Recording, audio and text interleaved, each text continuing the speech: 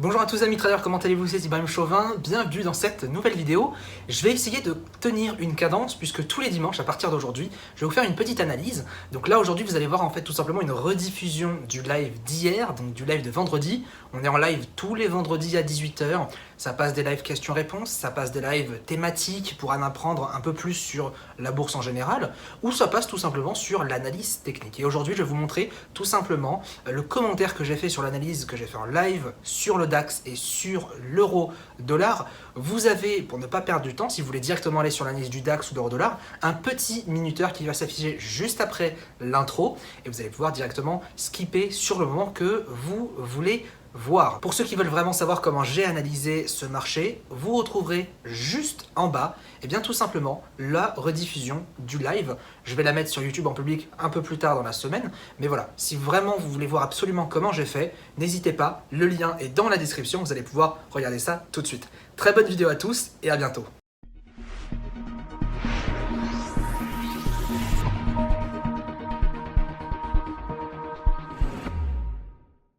On commence du coup sur cette analyse de l'euro-dollar. On a pu effectivement analyser tout ça en live juste avant. On va partir dans un premier temps sur du mensuel, sur de l'hebdo, principalement, si je dis pas de bêtises, sur de l'hebdo, parce qu'on avait beaucoup de choses à dire quand même dans l'ensemble sur de l'hebdo.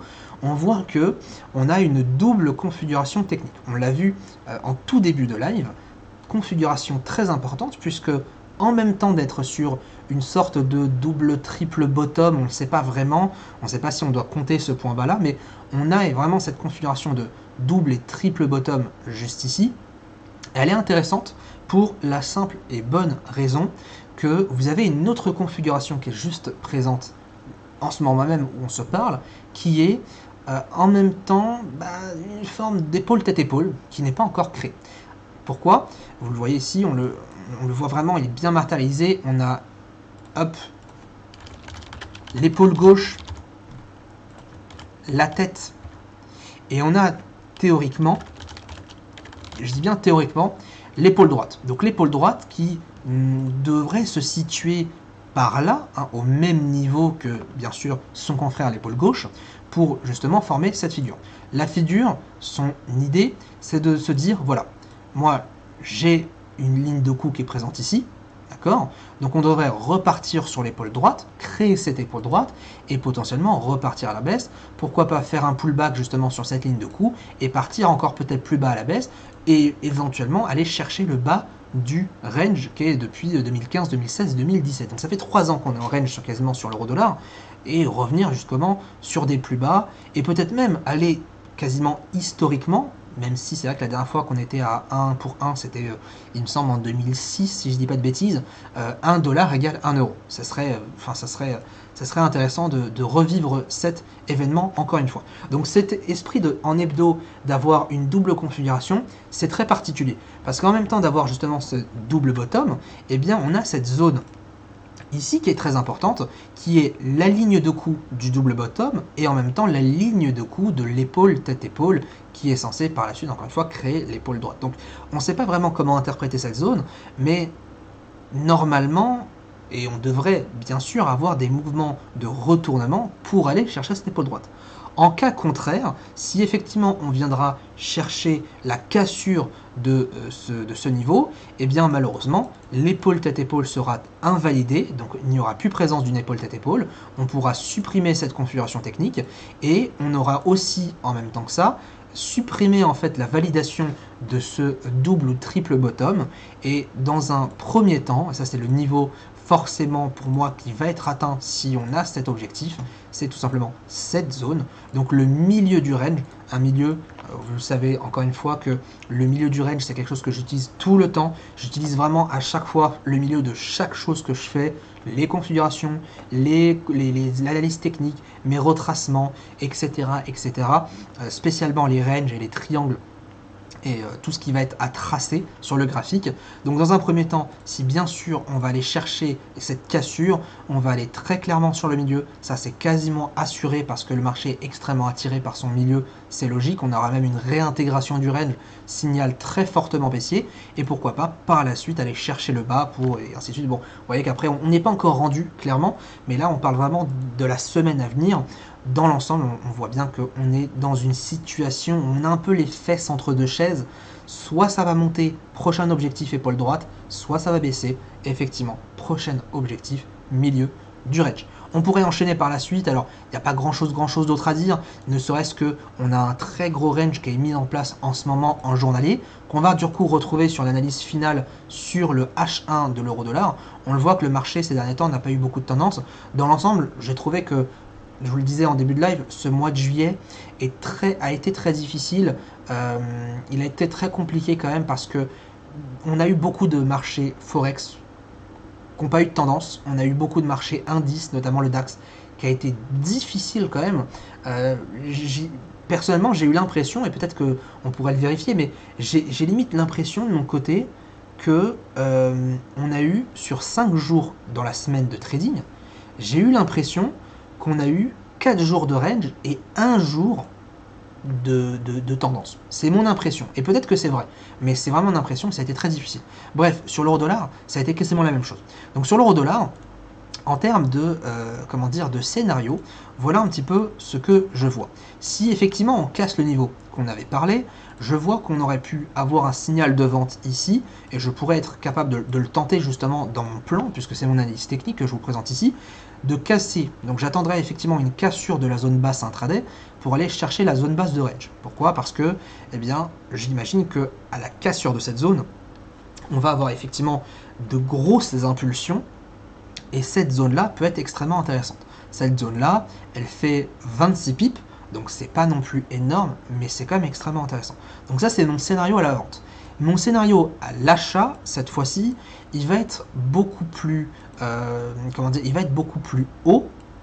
Il va être beaucoup plus haut. Ça va tout simplement être ici résistance intraday et résistance haut de range. Alors, bien sûr, lorsque je fais une analyse comme celle-ci, vous allez vous dire oui, mais les zones sont quand même extrêmement éloignées à la hausse. C'est normal, parce qu'encore une fois, c'est une analyse technique et le sens prioritaire que j'ai là sur mon graphique tout de suite, si je le regarde comme ça, c'est la vente.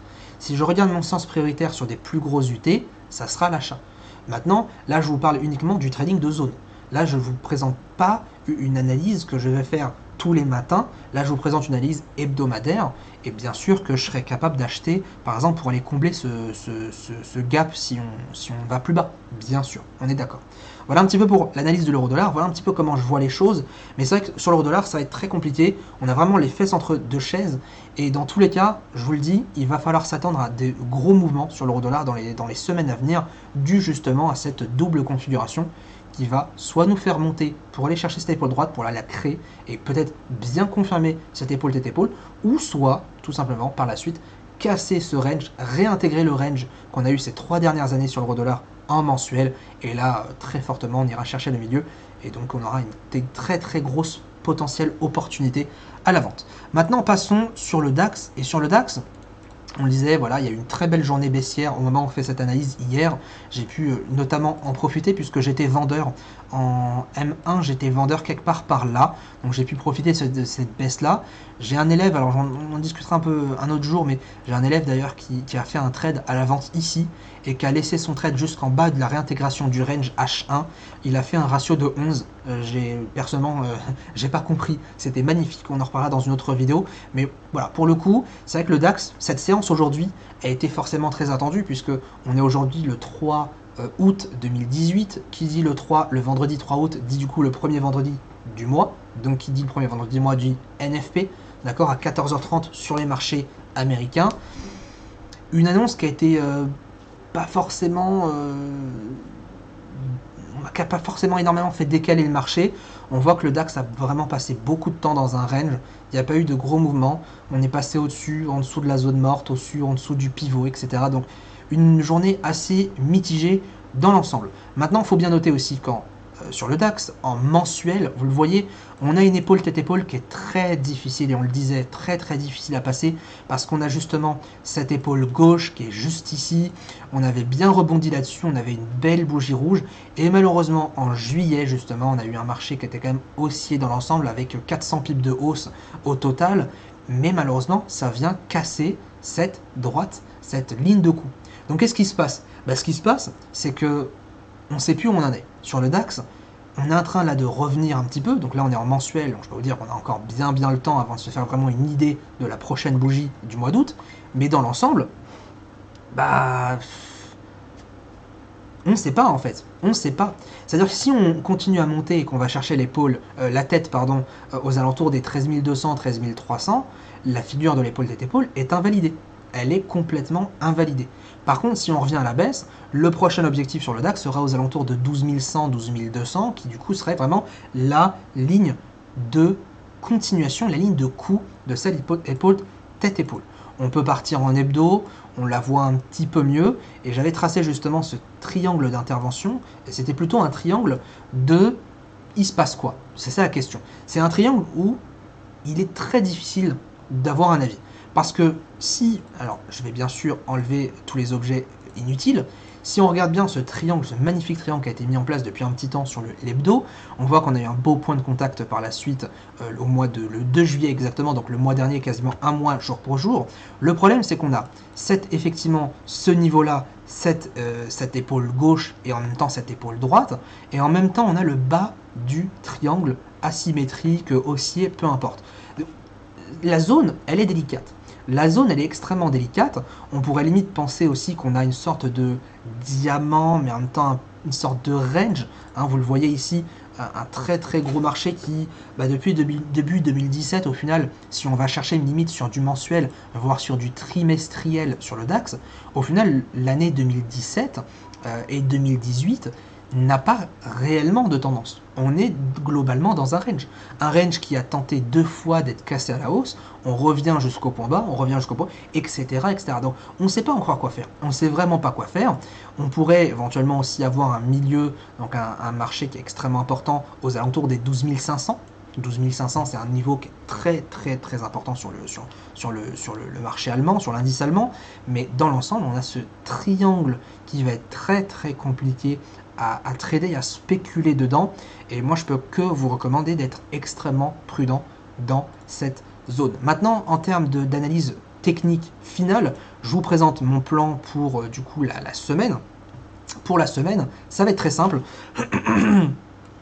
J'attends tout simplement une cassure des derniers plus bas, donc il viendrait vraiment confirmer cette tendance baissière, cette nouvelle tendance baissière qui a été mise en place depuis maintenant 4 séances, exactement depuis lundi dernier.